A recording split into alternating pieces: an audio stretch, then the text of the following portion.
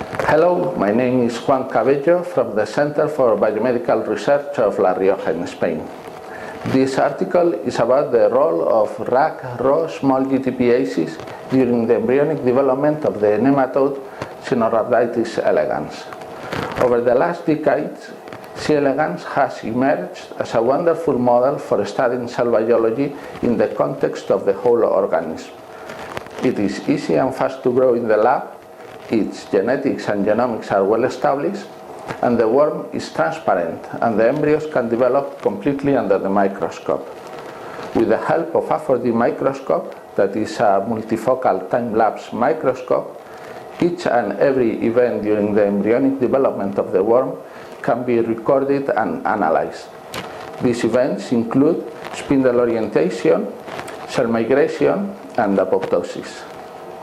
With the help of specific software, any variation compared to the stereotyped developmental pattern of the wild type can be detected and measured. Cell lineage of any mutant can be reconstructed.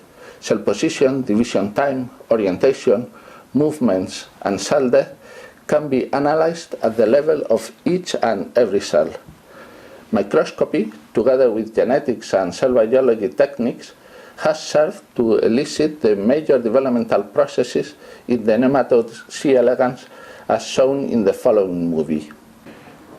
Genetic studies in combination with 4D microscopy analysis have shown that Z10 RAC is required for proper rotation of the mitotic spindle of some early blastomers in the C. elegans embryo.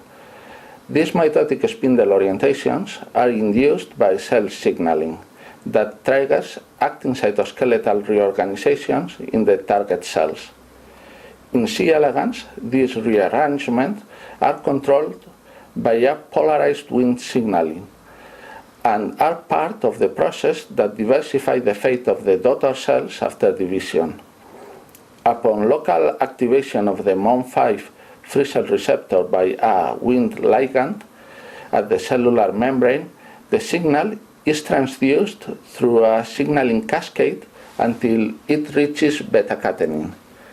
3C elegans beta-catenin act redundantly upstream of Z10 RAC to promote the mitotic spindle reorientation towards the cell pole that received the Wnt induction. During embryonic and post-embryonic development of C. elegans, self-movements define different processes such as gastrulation, ventral enclosure, gonadal development, or establishment of the nervous system topology. The Rho GTPases Z10 and RAC2, together with the Rho G MIG2, control the cytoskeleton dynamics necessary for these cellular movements that provide a correct C. elegans embryonic development. Axon pathfinding and cell migration are to some extent similar mechanisms. Both need actin cytoskeleton rearrangement in the growth cone or at the leading edges of the membrane of migrating cells. RACs control multiple aspects of axon pathfinding. Distinct signaling pathways promote neurite extension in different directions, or promote or inhibit growth cone protrusion. This suggests that all might be necessary to achieve a coordinated and balanced growth of axons. In addition, the redundancy of the signaling processes reflects the importance of these networks during development.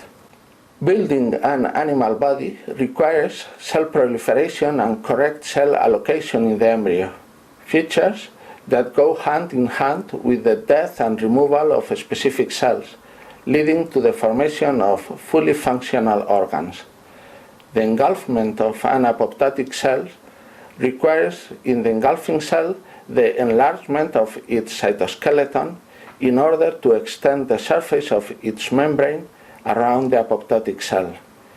Currently, 3 signaling pathways are known to positively regulate this process, converging at Z10 RAC, which acts as a major node to integrate the different signals in a balanced cytoskeletal rearrangement. Additionally, 4 different pathways have been described to negatively regulate engulfment of apoptotic corpses.